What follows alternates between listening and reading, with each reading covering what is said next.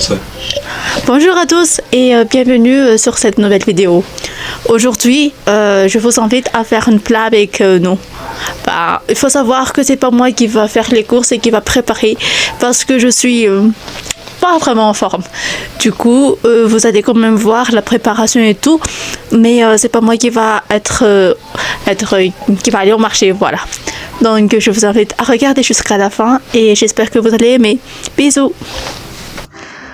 Avant de continuer les explications pour la préparation de ce mets délicat, je vous invite à vous abonner à notre chaîne YouTube pour visionner beaucoup d'autres vidéos amusantes, enrichissantes et succulentes. N'oubliez pas non plus d'activer la cloche de notification pour qu'à chaque fois qu'une nouvelle vidéo est mise en ligne, vous soyez les premiers avertis. Et enfin, laissez-nous un petit pouce bleu et des commentaires pour nous donner vos impressions et pourquoi pas aussi des idées de vidéos que vous aimeriez voir. La première étape de la préparation de n'importe quel mets est de se procurer les ingrédients. Pour cela, il faut donc aller au marché. Je précise encore une fois que n'étant pas très en forme, je n'ai pas pu me déplacer pour faire les courses. Mais je vous guiderai tout au long de la vidéo pour l'achat des ingrédients dont nous aurons besoin. Il y a un petit marché pas très loin de mon domicile et nous pouvons y trouver tous les ingrédients que nous cherchons pour la réalisation de cette recette.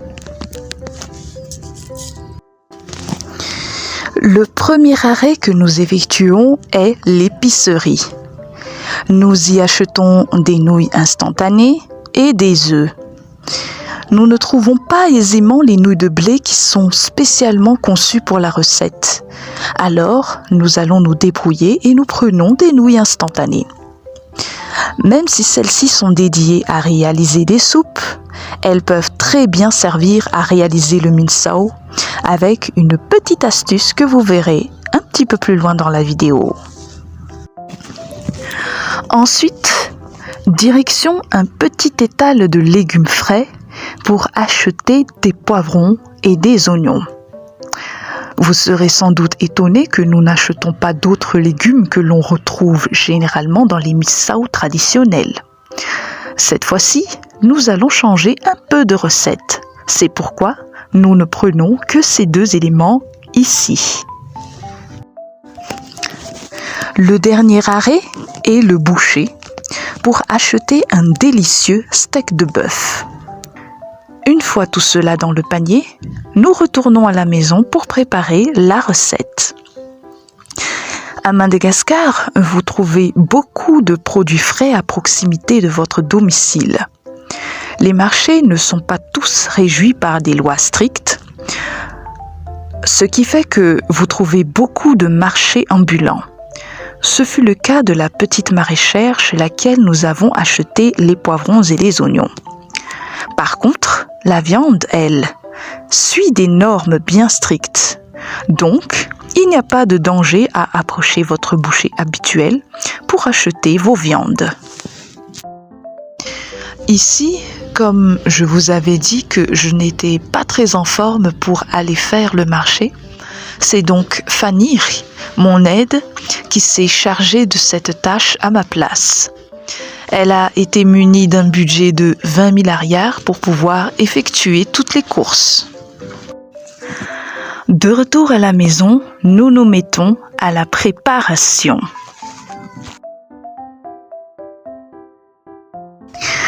Première étape, le feu.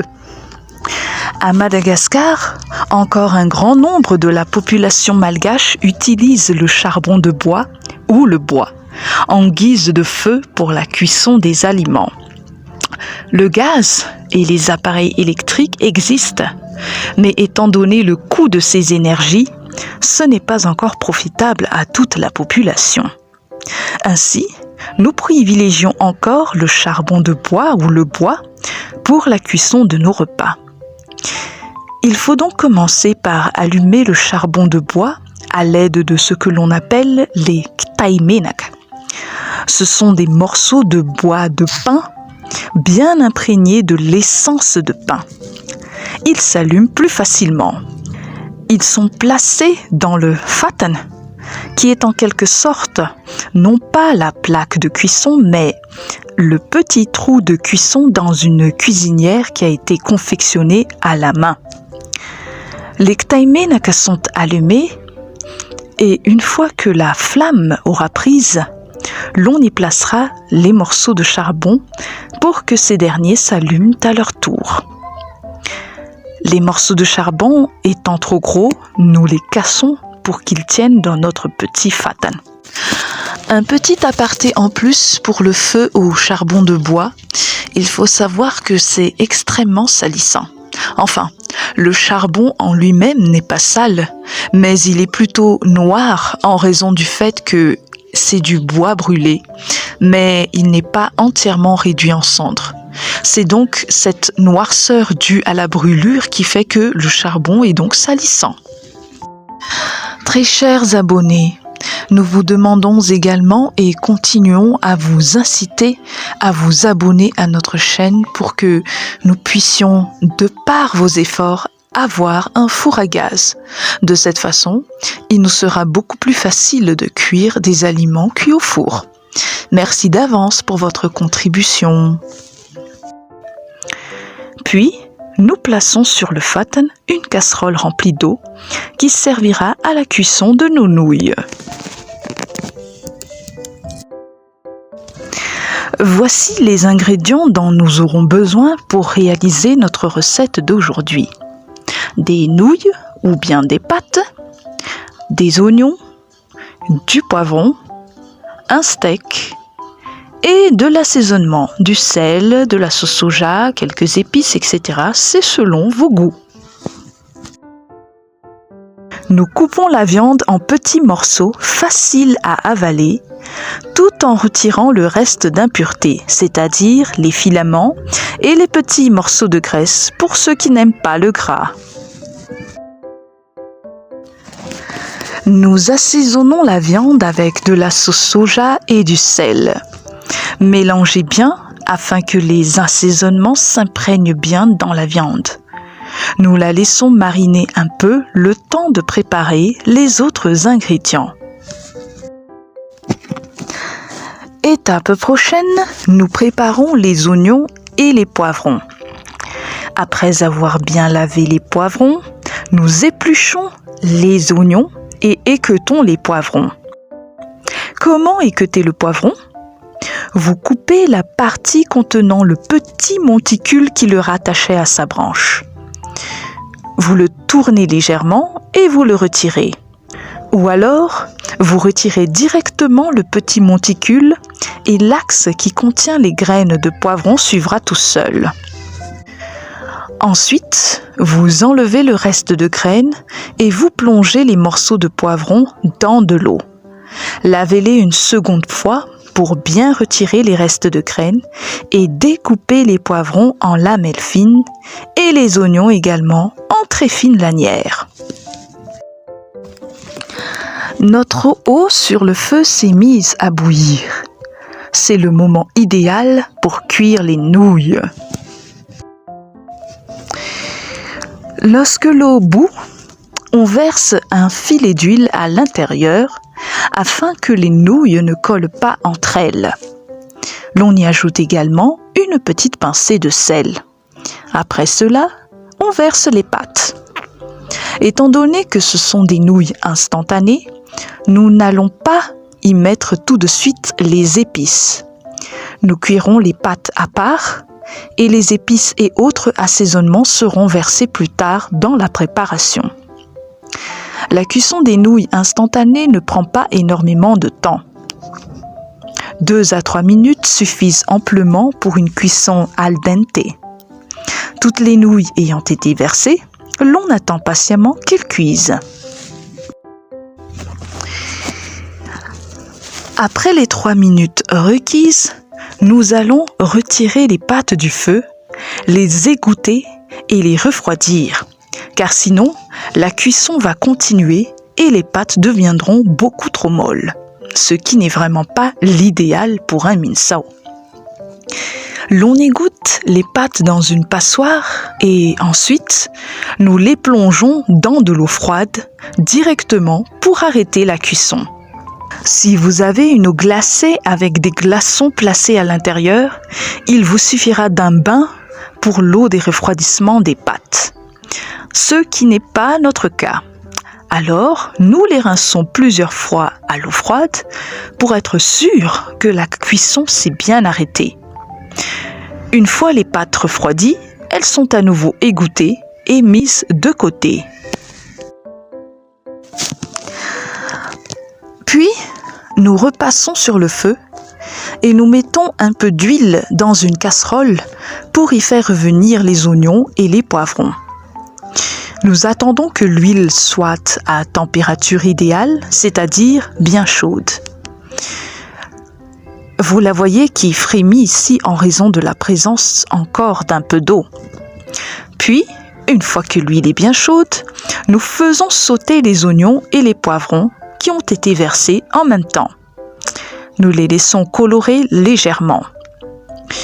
C'est à ce moment-là que nous versons les assaisonnements et les sauces que nous trouvions dans les nouilles instantanées.